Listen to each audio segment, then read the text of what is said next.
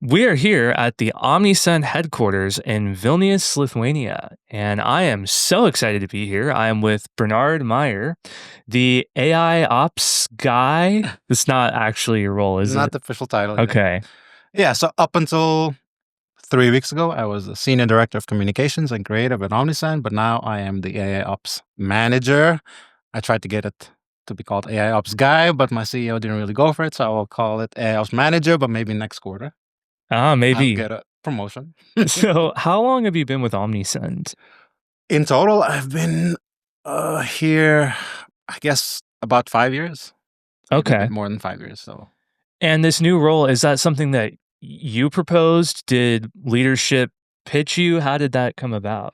I would say somewhere in the middle, but maybe more on my side. I was looking at, I was doing AI stuff for a long time since ChatGPT 3.5 came out. Began playing with that even that weekend. I remember it came out and I was just on WhatsApp talking to my brothers and we were just testing it out and seeing all the cool stuff you could do. And then I was doing it in my free time, just reading up on it. And so this year we kind of did a harder push for AI, like not just in terms of the features that we offer to our customers, but more like how do we use it and how productive can we become if we really, double down on it. And so as I was working with the teams to do that, I kind of got more and more into AI. And so at some point we just realized that maybe it's a better use of my time if I did this full time, like officially. That's really interesting. So, how much of your role is focused on AI usage internally versus features in Omnisend versus even helping customers use AI in their own emails?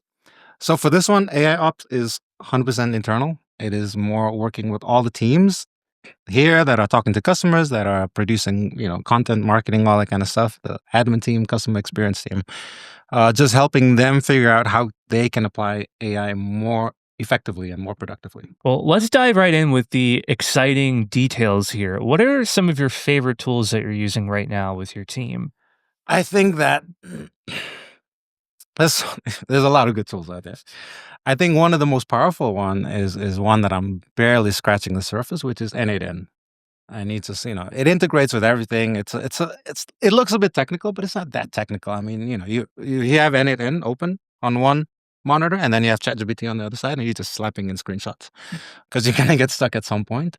But essentially, you're just trying to build a bunch of workflows that happen automatically, and it can do a lot of stuff. And I think at this point, it's more just a question of how creatively I can think about what workflow I want to create, and then realizing that actually anything can do it. So when I'm talking now to people, and I wish I had kind of discovered it 8 months ago, maybe a year ago, I would have presented solutions that are based on anything that I think would have kind of solved the problem in a few hours rather than like many days of failure. How do you go about discovering solutions that you can automate with N8N? This is something that I struggle with. I've been trying for, I think, a month now to implement it in my business. And I've had some struggles on the technical side, but the majority of it is me just thinking about, okay, what do I automate? We love automation. It's exciting. Everyone wants to save time. But then when you sit down and you're staring at the workflow builder Yeah. and you're like, what do? I draw blanks every time. I think this one is I give you two answers. One which is like logic, probably quicker. In N8N, they have like this template library, right? So sometimes you just go through them and then you find one that you like. If it's free, you just copy the template and then you can start playing around with it. And another version of that answer is just to go on YouTube, your favorite influencers or YouTube guys, and you see what they're building. You kind of can even use a keyword N8N and whatever your problem is or solution you're looking for, and then you see what's going on out there. But really, what I've found is a pitfall in this one is that we tend to look at this as a technology first solution, but it's not a technology solution question. Actually, it's more of a workflow question. Like, what are you actually trying to do? If you had no technology, how would you describe the steps? And if you can describe the steps without technology, then you can probably automate it. So what I try to do now is just, if I want to do something extremely complicated, I just say, okay, let me cut this down by 50%, just the basic parts, and then try to make those basic parts work. And if those basic parts can work, then I begin to add in a little bit more complexity and sophistication. And that usually gets me something better. And then when you add something a little bit fancy there, and it breaks, you know exactly what broke it. Rather than if you go and copy the sophisticated end-to-end template, it's like 70 moving parts. It doesn't work, and you know why. You don't know why. Like there's something breaks there, and it could be because of that thing. It could be because of a previous node. It could be because of something else completely. So I think starting from the really, really basics, understanding the workflow, and then starting from the basics, and then adding on top of that, that's kind of my go-to now. Without sharing any trade secrets, do you have any examples of some of your favorite workflows or just something to paint a picture of what you've used N8N for? So one of the first ones that I built, which I'm still pretty proud of, is our PR team they used this PR kind of RSS feed kind of reader thing to get a list of all the news, and they check it every day, maybe twice a day, and then they would manually go and check each article to see if it's relevant. So they have to, they check the summary, and then they click through and they read the article, and then they see if it's relevant or not, and then they try to figure out how can this connect to something that we've done, or some of the research we have, or some of the hot topics that we usually cover.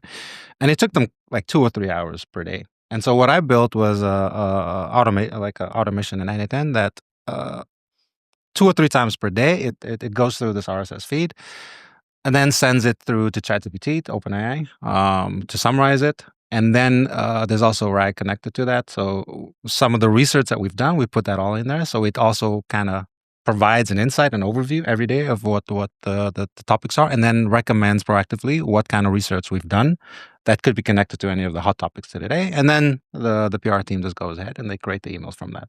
So it saved them like 2 hours every single day. And Wow. I'm still pretty proud of that one. Yeah, PR. that's amazing. So you're doing a lot with workflow automations. Any other AI tools that you've implemented? So in my previous 3 week ago position, we did a lot of stuff with generative AI. Just actually, we used Suno.com, or it used to be Suno.ai a while ago. But the one we found recently was Producer.ai. It is like much better than Suno, just because the interface is much easier. With Suno, you have to come up with this like very specific prompt, and then Producer has like an LLM on top of that. So you talk to the LLM, and then it kind of translates everything into this specific kind of prompt. Nano Banana VO3. I mean, those things are fantastic. We keep trying to figure out ways to use it, so those things are always fun. And then this is a new one I started working with. It's called Plum.ai. And it's like N8N, but you create your templates and you sell them. So the user would never see the actual workflow, but they just use the thing as like an interface. Oh, wow. Yeah, so it's really new. Like I just got Yeah. access to it like last week, so this one looks pretty cool. So I'm just kind of geeked out to try it. But yeah, those are some of the ones that are top of mind right now. A lot of people watching my audience are small business owners, maybe a solopreneur, maybe 5 people on their team. Do you think it's worth investing in workflow automation even if it's just one person, or is that a waste of time? I would say if you are one person, you're solo, it's not even worth it. It's critical for your success because you now have the technology that gives you an even ground with all the other teams that have, teams. Your one man or one woman show can do the job of 5 to 6 or 7 people. If they understand all those details very well, you're setting up automations. You're doing outreach automatically. You're doing content, podcasts. You're repurposing content. You're creating content. All of that can be automated one way or another at some level. So I would say it's not just, I don't think you're going to have a choice in the next, I would say even months. You're going to be beaten by the guy or the girl who has now perfected the art of AI in their daily business. And they're going to create more content than you. They're going to sell more products to you. They're going to send more emails than you. They're going to do much more than you. And even if they don't do it that well, just by the law of statistics, they're going to make more money than you. So I would say this is your wake-up call. Do you have any benchmarks you look at, or maybe a litmus test of what tasks can be automated? Because AI is constantly improving. So maybe there's something today that can't be automated yet that 3 months from now can. How are you actively assessing what's being done manually and when it's time to automate? So this is one of the things that I had a bit of a failure. Because I said that in 2022, 23, whenever 3.5 Turbo came out, I started using AI, and then I was disappointed like after 6 months, and then I stopped. And I went away for like 6 months, and I didn't really get into it, and I missed so much. And then I came back again. I was like, I just skipped this whole period in which everything was getting better every single week. So I would say that it's not a question of what can be automated. It's more of a question of what can't be automated. Because I can't think of anything that cannot be done by AI. If you understand that workflow, if you understand what needs to be done, the steps, I think you can literally do anything.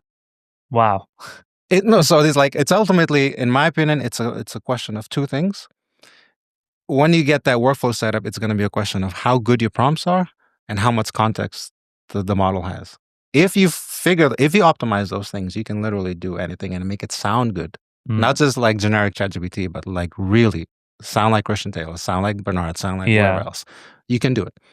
I'm inspired. I can't wait to introduce more automation in my business. I want to pivot now to Omnisend and the AI tools that are available in Omnisend for customers. What are some of the main tools that you're excited about? Actually, I think when it comes to what we have in Omnisend is more about helping those businesses kind of double or triple or 10x their output. And a lot of our customers are saying that, they need help a little bit here, a little bit there, a little bit there, but sometimes they just need to figure out what is the next step. So what we've done is we've kind of looked at the entire funnel and not kind of necessarily split it up into sections, but look at what do people usually do when they're trying to send any campaign. So, we kind of figured it down to like, let's say 5 things, if it's manual or automated. First one, you're trying to define your goal and the target audience. Second step is usually you're creating subject line and pre-headers, which I put it as a separate thing because it's a thing that lands in the inbox and it's a thing that teases people enough that they click on it. Do I want to open the email or not? So it's a bit separate. And then the third one is you create the content for your email or your SMS or your push notifications. Then you build the actual email and you make it look pretty and make it look, relevant for your audience. And then of course you test it and send it. So with Omnisend AI, we're covering 4 of these ones, right? So with the first one, like defining the goal, the strategy, of course, it should still remain with the merchant. They know their customers best. They know the store best. They know their mission. What do they want to do in the world? What are they trying to do besides selling clothes? There's some motivation beyond money that they're going after. And then, when they're trying to define the audience, it's what we call segmentation. Previously, segmentation, it is an important thing. It's an important part of personalization, right? People respond better when the email is personalized. But a lot of, merchants, they just send one email to everyone and they don't personalize. They just send the same email to everyone. So for that one, we need to create segments. But segments was slightly technical because you had to have this like segment rules, which is very mildly technical, but it kind of scared people off. And now we have this natural language segment builder. So it's just a little chat. You tell it what kind of segment you want. People who bought shoes from me in the last 2 weeks because you want to reach out to them, it'll create the segment for you and you don't have to get into the details too much. And then when it comes to subject line and pre-header, we actually, subject lines are so simple. Like they're like 6, 7 words, 5 words sometimes. And it looks like an easy job. But when you have to write them, you can come up with 2, but you need like 5 or 6 just to get some options. And then your brain just says, man, I ain't got time for this. That's where, Omnisend subject line, Omnisend AI comes in. It helps you create the subject lines. It's connected to what kind of store you have, to your brand tone of voice and all that kind of stuff. And it presents you with a few options. You choose the best one. And then the next cool thing is that the pre-header, which everyone has, if you're creating an email, you should have a pre-header. Some people don't. I wag my finger at them. All right. But the pre-header is like the second part of the tease. You got to tease a little bit more. It looks at the subject line that you just created. It looks at your store. It looks at the way you're trying to sell. It looks like your brand tone of voice. And then it proactively recommends the next, the subject, the pre-header that's going to be best for you. And then we get into the actual email content building. And again, here's where, like I mentioned, context and prompting comes into play. Behind the scenes, you don't see it, but it's still looking at your brand tone of voice. It's still looking at the subject line, at the pre-header, at your most recent campaigns, at your most successful campaigns. It takes all of that into account, and then it generates copy for you based on all of that. So it's not just some generic stuff, And of course, the templates in Omnisend is already pre-designed, so a lot of that is kind of handled for you. And then after that, you're testing it and sending it out. A lot of the other things that we're doing as well is also related to personalization. We have, this personalized recommender, sorry, product recommender that also uses some AI in the background, and it just recommends to the specific subscriber, not even segment, uh, the product that is probably going to be most likely to convert, right? Something based on their usage behavior. The products that they looked at in the past, or the ones that they favored, or the ones that they bought. Right. So there's a lot of personalization happening, but we try to kind of think of it as a funnel rather than just one or two specific features that are randomly placed there. So there's a couple, I guess, two buckets that I see AI falling under with email marketing. There's backend and then the customer facing Mhm. usage. So backend is the segmenting you pointed out and the product recommendations. I think AI makes a lot of sense for that. Something I'm still cautious about, but experimenting with is the generative Yeah. AI that the customer sees. Have you seen any trends as far as open rates with AI generated subject lines? Have they increased, decreased, or are they the same? From what we've seen, they're pretty stable, I would say. We are in this phase of just experimentation with AI. And, a lot of stuff goes into how these emails are built, from the subject line to the pre-header to the actual content that's created. And a big part of that is the merchant's own expectations and their own standards, right? They're still trying to figure out what is the best way to use, AI, and what is the best tone of voice that they should kind of reproduce. So at the moment, it's still pretty early. I can't say we're seeing anything in one or the other direction. I would say it's pretty stable. But I think a lot of that is also a bit of a behavior change, maybe expectation change. Like you've all seen that content that from 2 miles, 10 miles away. This is ChatGPT. This is like Yeah. generic default content, too many emojis, too many M dashes, Yep. all that kind of stuff. And as a user of the M dash, I don't see anything wrong with the M dash. The M dash is not Rest the in yeah, peace. the M dash is not the problem. The problem is that there's no personality there. Yeah. The problem is that the prompting was bad. The prompting has no instructions. It's just write me an email for this product that I'm trying to Yeah. sell. But who are you? Like, tell the LLM who you are. Yeah, we were having this discussion off camera about my newsletter. Mhm. I've struggled to get one out consistently, so I just hired a writer who's using ChatGPT. The open rate is not great so far, and the question came up, well, how high quality is it? And that kind of confuses me when I am thinking about AI because I'm still skeptical of Mhm. generative AI. So my tendency is, well, of course it's poor quality. It's AI generated. And you're introducing this concept that the quality of the copy is mostly dependent on how much context you're giving it and your prompting, which I find interesting. I guess it's not as simple as going to ChatGPT and saying, write me an email. No, no, no. So, I think this one, what's the word? It's not so deterministic. Like, if you're creating a tool with Cursor or V0 or Lovable or something, it's kind of deterministic. The tool works or it doesn't. But when it comes to content and video or music or anything that you're doing that is a bit more close to the humanity side, it's a scale of quality, right? It's not like, does this thing work? Yes, it works, but it sucks. The content is not great. So you have to now, once it works, you have to now do actually the biggest work, which is let me improve the quality. And then it's a question of how do you measure quality? Mostly it's just you can see what is good writing and what is bad writing, but how do you explain that to someone? And the question is like, it's not even, again, it's not a technology question. It's, can you explain that to a VA? Can you explain that to a junior writer? Right. If you can't explain it to a junior writer, you're not going to be able to explain that to a LLM. Yeah, I almost wonder, can you use AI to critique AI's writing? 100%. Wait, and that this is a crazy concept to me. I attended the AI 4 event last month, and there was this booth there. They developed this model. I'm probably gonna get this wrong because it was a little technical, but it was a model to critique if your own model is being factual or not. And I'm Mhm. like, "Wait, how what?" So, Like, how and they try to explain it to me. They're like, "Well, it's AI is actually really good at being objective, but it's not good at policing itself. So if you have one AI fact check another AI. I don't know. It was some crazy I stuff. think I was watching a video, reading about this yesterday or Saturday. So even OpenAI, for example, they have GPT-5, and the pre-training is done. It has the whole corpus of the internet. It pre-trains, and then they do post-training. So now all the models have already learned everything. So pre-training is kind of done. There's no more new content that's coming out. Most Right. of the content is AI generated anyway. So you don't want to feed them that kind of stuff. So a lot of the focus now is on post-training. The problem with post-training is that usually you need humans to come and check questions and answers over and over and over again. And it's very expensive. It's like I saw an estimate of like $50 per query that they're paying people, or $50 per hour. I don't know exactly what it was, but you do that for all the types of knowledge that the LLM has. It's very expensive. And they've decided to use another LLM that's the judge.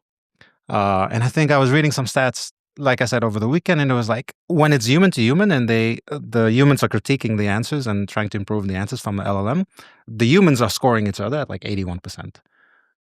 But when they're using an LLM to do the scoring, the humans are scoring that LLM as 84%. That's So the crazy. LLM is actually more That is objective insane. because it's some of the biases have gone out and some of the preferences have gone out, and so the LLM is actually pretty good. So Wow. what people are doing now is they're just using layers of LLMs, Hmm. right? You have, I guess now it's kind of more into agentic AI. If you're trying to write a blog post, one LLM is dedicated to research, Mhm. another one is dedicated to checking that research, the different LLM, different prompt. Another one is kind of writing, and then another one is proofreading and checking, and then another one is checking is it on brand. So you got like five or so in one flow, just checking, and It's it's like nuts. your little team, Yeah. and it is the way to go. I think it makes a lot of sense, and this agentic stuff, you're gonna keep on hearing about it over and over and over again. I want to turn now to this sort of war, you could say, in the AI space where now the end consumer also has AI. So, Omnisend, the focus is e commerce, helping merchants increase their revenue. There's a lot of, in my opinion, garbage emails that merchants send constantly, the abandoned cart emails and the automated discount offers. And consumers are getting to a point now where they can have AI manage their inbox Hmm. and say, nope, garbage, nope, delete, nope, spam. How should store owners and business owners in general be changing their strategy so that the consumers want to open their emails and it's not just immediately, Noise, yeah, yeah. Yeah, I think this one, it's you use the word garbage, and I think that this one is an interesting one because again, it's not a technological question. There was so much garbage before AI. So that's much true. crappy, low quality, low effort abandoned cart emails, or not even automated ones, just, generic campaigns going out, manual campaigns. And it's so irrelevant. So, the question is, why is it garbage? It's garbage because I don't know this brand. I don't know how you got my Hmm. email. It's garbage because it's about a product or something that I don't care about. It's garbage because it's talking in a way that I don't like. It doesn't reflect my personality. It's garbage because it came at the wrong time. All of those things need to be fixed, and none of those have to do with AI. This is the kind of the question again, like you're now a manager of a team of AI, but don't think of them as AI. Think of them as juniors. They need good instructions. They can do a lot, but you need to tell them what to write. So what are you going to tell them? How do you talk Sure. to this person? When do you set up this automated abandoned cart email? It has to be timely, it has to be relevant, and it has to be to the right person. So if you can solve that, then you're sending emails that people want. So then it's on the other user side. Did they set up their LLMs or their models to capture the good emails and filter Mm, out the bad emails? yeah. So if you're writing good stuff, it doesn't matter if a human wrote it or an AI wrote it. It's a question of Interesting. what to write and to whom and when. Yeah. I mean, okay, playing devil's advocate Hmm. here, there's the obvious garbage emails that no one wants. And then there's this weird in between where it works. We know abandoned cart emails increase revenue. I've fallen for it. I don't know if that's the right term, but I've made purchases many times in my Hmm. life as a direct result of abandoned cart emails. Did I necessarily want to get that email? Maybe not. So it still feels like, will end consumers start using AI to tune out every email like that because they're like, "No, I don't wanna be influenced. I don't wanna be tempted to buy something." Even though those emails were working previously, do you think the landscape will change, or is it all just about how high quality the content is? I think it's interesting that you said you didn't want them, but you still bought them. So I don't know if the email convinced you to buy them or you were not so 100% aware of what you actually wanted, right? Maybe you did want it and a part of you said, I'm too tired to buy it right now. But then you saw it and you said, okay, this particular email makes it so easy for me to buy it. Let me just press 2 buttons and get it back.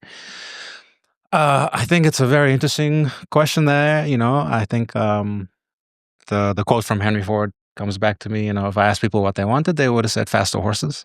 You know, Apple, Steve Jobs had the same opinion. Sometimes the people don't know what they want, or it's not at the top of the mind, it's in the back of the mind. The thing that I can say is that, you know, let's say statistics don't lie. I think that's a lie, but let's say statistics don't lie. Merchants are saying over and over again that with Omnisend, automation makes up about 40-50% of their revenue. And the majority of that comes from 2 automation workflows, abandoned cart and welcome. It works. Yeah, Whether we it can say it's does. garbage or not, if it was garbage, it wouldn't work. I Fair. think it's more about, what honestly, I don't think people know what they want most of the times. I think we're so busy that sometimes we just too busy to finish something or too caught up in one thing that we forgot to do the other thing. And sometimes these emails are just reminders. And I think that, the idea that it's telling you something that, people say, I don't want to be influenced by this or that. I don't know. That's kind of what influencers do, right? True. That's That's where the fair. word comes from. Yeah, I guess that's kind of my job, isn't Yeah. So if it's on it? email or Instagram or YouTube, it's still you're not, a good definition of marketing is not to push stuff to people. It's for you to find the person that actually wanted your product, but they may not have known that this existed. Yeah. And that's it. You're just trying to find that connection that actually already exists, but just not official yet. Bad marketing, we've all experienced, is spam. This person doesn't want it. I assume they don't want it, but I'm just going to keep on pushing it to them. So Yeah. that's bad marketing. So I think again, it's not technological. That's psychology. That's strategy. Interesting. What are you most excited about for the future of AI in the context of email marketing? I have this. Is it a bug or is it a feature? I don't like weak opinions. I like really strong opinions. So I like loosely held but strong opinions. Right, when I get some information that counters it, then I will abandon the opinion. So I try to think in it a bit more stronger terms, and I think that when I look at AI, I think that it's a paradigm shift. I would say, and I think it's much bigger than the populace is kind of expecting. Like when I tried to compare it, we could compare it to not. It's bigger than like social media. I think it's bigger than internet. Wow. I think it's up there with electricity. I mean, it's Wow. it's Yeah. going like that's what I'm like. I oscillate between it's going to cause death and destruction, Mhm. and then it's going to cause amazing things, and Yeah. then most likely there will be some destruction. It's just not physical destruction. It's going to be more like we need to change everything. Uber came and destroyed, taxis. True. Booking.com or Airbnb, they destroyed hotels and that kind of stuff.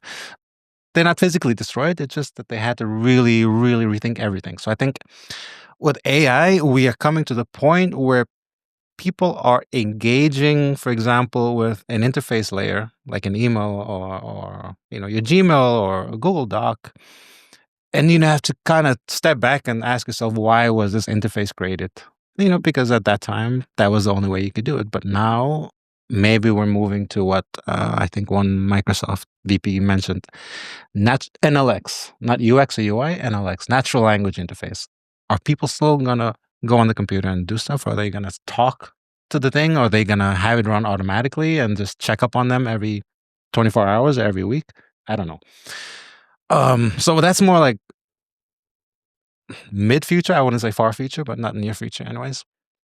Near future, I think the thing that I'm excited about is that small and medium businesses, which Omnisend is created for, they're gonna have teams inside Omnisend. They're gonna have assistants. They're gonna have people, Yeah. robots essentially, that are gonna be able to do so much for them, even to the point of strategy, even to the point of saying, okay, based on all of this performance from your past campaigns, this is what we think is going to be the next best step based on all these data points, based on your customers, what we understand about your customer, what you understand about your customer.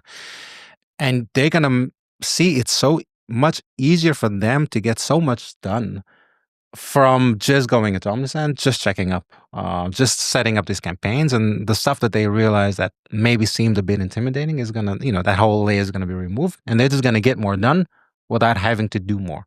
So I think this is gonna be really exciting, and it's gonna be near future. I'm excited for that. I have this vision where email marketing could be entirely agentic. You could just say, start me a newsletter. Go do it. Exactly. I need a sign up form. Boom, here's the link. You can use it on your website. And the best thing is, like, not to talk bad about OpenAI or ChatGPT, but many people use that and it's fine, but it's missing that one big word, which is context. The big LLMs, they cover a lot of ground, and sometimes you need just a very specific, very niche specific solution. And so you can use Omnisend because the data is inside Omnisend. All the context is there. Your brand voice is there. And so kind of it's like growing an employee from junior to mid to senior. The more you invest in that person, the more they're going to be able to produce for you. So it's the same thing with AI. Even with ChatGPT, the more you talk to it, the more it knows you. So the more you use Omnisend AI, the better your results will be. And I think it's going to be the point where you just like, you have an employee, email marketing, e-commerce specialist, expert, and you just give it a general, task, write me newsletters. Let's not even that. I want to make this much MR, like this much sales within 3 emails. Figure it out. Maybe we'll get to that point, right? Where it has this kind of end goal, and then it will create the emails or create the forms or whatever needs to be done. And you just supervise it. I love it. I'm so excited for that future. Oh man, this agentic future is going to be it's going to be amazing. Insane. I think I heard somewhere that one company can have like millions of agents just running simultaneously all the time. Just 24/7, no sleep, just pumping it out. So I'm really excited about the future of AI, but one thing I'm curious about is how energy consumption might impact what's possible. Because you mentioned maybe some companies will have 1 million agents. Yeah. My brain goes to, that's going to be really expensive. We're already hearing about how energy with AI is highly subsidized. It's not sustainable. Energy prices are going up. So do you think AI will get more energy efficient? I mean, I think it will to a degree, but by how much? And will budget become the limiting factor in how quickly you can implement AI? Because the way I'm looking at it, if there's no sort of price constraints, the landscape is going to be so competitive for everything now because everyone has access to these super powerful tools. And if energy is that limiting factor, then it's really about budget, which is kind of sort of the same now with how many team members you can hire. It's like the same, but how many AI agents you can hire. What do you think about that? So, just to be straightforward, compute is a limiting factor right now. It's getting solved. Every model or every generation of these GPUs gets better at it. Token price, definitely, it's getting much cheaper. That's getting solved as well. But energy is probably not something that I can see getting solved. It's going to be more expensive to run these models. Like I said, if they're running millions 24/7, of these agents running 24/7, it's going to be expensive. Whether that is the only limiting factor, this is where I would question. Because we've had this wave of AI for 3 years now, and most people haven't caught up yet. It's like when I think I saw one tweet that said, now everyone is, everyone is gonna be doing this amazing thing because now they have the power to do the amazing thing. There could be some amazing knife that comes out and it lets you cook like some Michelin star chef. You're not gonna cook Michelin star, food, even if that product came out, because most people don't have the motivation to do it, or they do it pretty badly. They don't have the strategy. Again, it's not a technological question, in my opinion. I think that it's like the Pareto principle. If you give 100 people the perfect answer to start the perfect business and everything is laid out, 80% will not finish this tutorial. 20% will. Of that 20%, 80% will not do anything. Of that 20% that does something, 80% will not finish the thing that they started. So it's a very small percentage of all the people who are gonna have access to this technology or even know about this technology. It's a very small percent that is actually going to do something all the way to the end. So I think now it's more of a question of, do you watch these kind of videos that we're in right now? Do you take action, and do you begin to think about AI in a fundamental way about how your business, your existing business is structured, or how a future business could be structured? Think about it strategically and only then begin to implement AI. Or do you go and just say, I will put this in my bookmark and I'll come back to it later? That later folder that, just keeps on getting Yeah. longer and Yeah, you you're never never actually going get. back And to. you know how many saved Instagram stories I have? I don't go to that. Yeah. It's the, backlog is the graveyard. So I think, it's a question of action, and the ones who act fastest are going to be the winners. And in my opinion, it's going to be the same as it always been throughout the history of humanity. People who act, a good amount of them will win, and then the vast majority will not act. So competition will be, I don't think it's going to change that much. Do you have any privacy concerns with AI? Um, there is something that I heard a long time ago. It was about, I'm the generation before Google, right? So I remember those times. And we had computer class back then. And they said, uh, if you send an email, do not say something that you don't want to be published. Don't send an email of words. Don't write a tweet or something that you don't want to be published, because that's your fault. We've No one has listened to that advice in the last 20 something years. People are crazy on Twitter. So I think that the privacy question, we've already lost the battle of privacy, because people have proactively, voluntarily given up all the privacy, and they don't care. Snowden came out and he said, the NSA is listening. No one cared. They are now willingly, all those things that the NSA was supposed to look into your iCloud and all that kind of stuff, and, find all these pictures. People are putting those pictures on Twitter now voluntarily. I think we've lost the privacy battle. I think it's going to be a question of how, so from my side, just because I did spend a few years in a cybersecurity media company, it's a question of behavior, not a technological question again. Do you behave well online, and do you practice security and safety fundamentally as a part of your day? If you do not, it doesn't matter what the technology is. You're going to lose you're going to get your password stolen. You're going to have all your stuff put out there.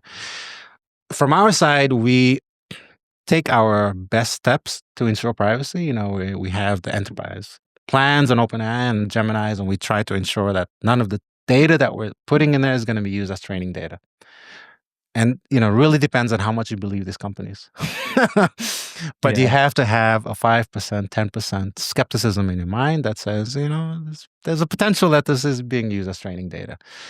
I think from my side, what I do is I assume that everything that I put online is going to be leaked. And so I don't put stuff online. My Twitter doesn't have anything personal. My Instagram has food pictures, and that's about it. No family, Mhm. no even vacation plans. That's smart. I do vacation pictures after I come back from vacation, just in Yeah. case someone realizes, oh, your guy's not here. I'm going to go rob his house. Yeah. So I practice that kind of skepticism and that kind of paranoia just online. So it doesn't matter if it's AI or not.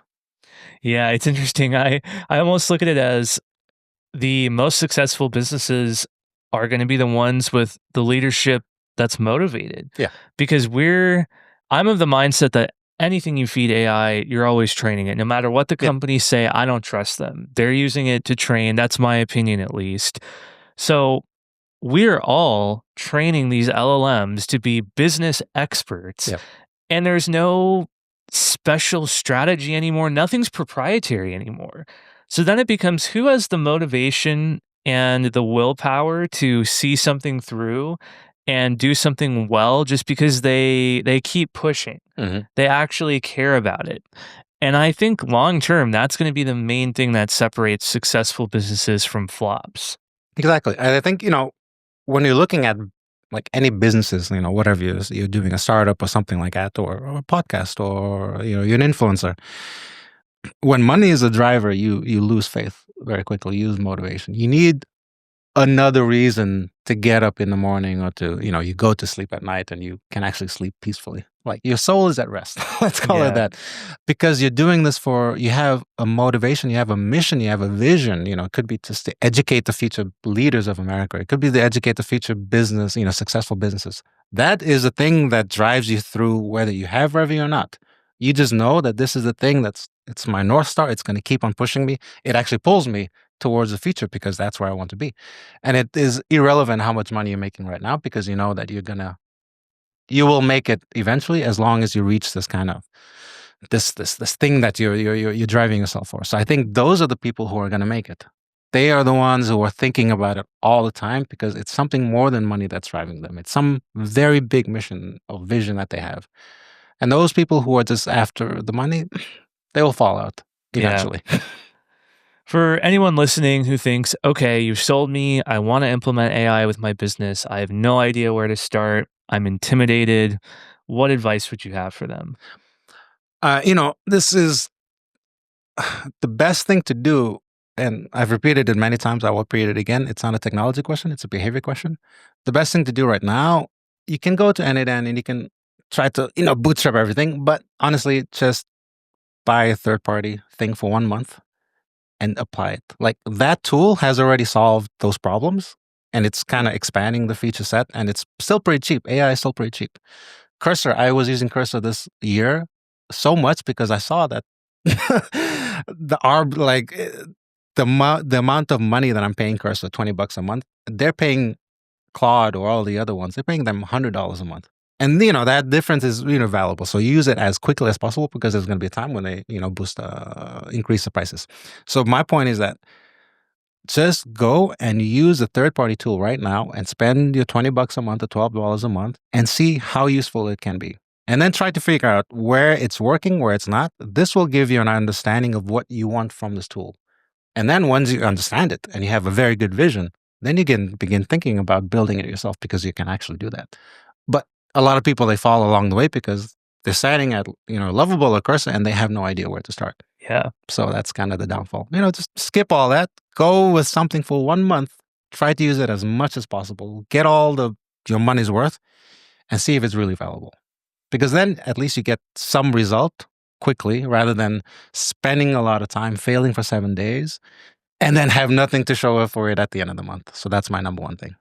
Yeah, I just heard a presentation about a speed build challenge Mhm. with web design, and the one of the premises was get basically like prototype as quickly as possible. Don't get stuck in the details. Yes. And that's very easy for me. Is I get wrapped up in, I can't move on until this one step in the workflow is functioning and it's still giving me an error message. And yeah, you have to just prototype, go as fast as possible, and then refine that workflow and Exactly. make it more advanced. Pretty much. You need an output or an outcome to continue giving you motivation. When you see something working, you're like, yes, it does. And now let me make it more Yeah. sophisticated, make it more fancy.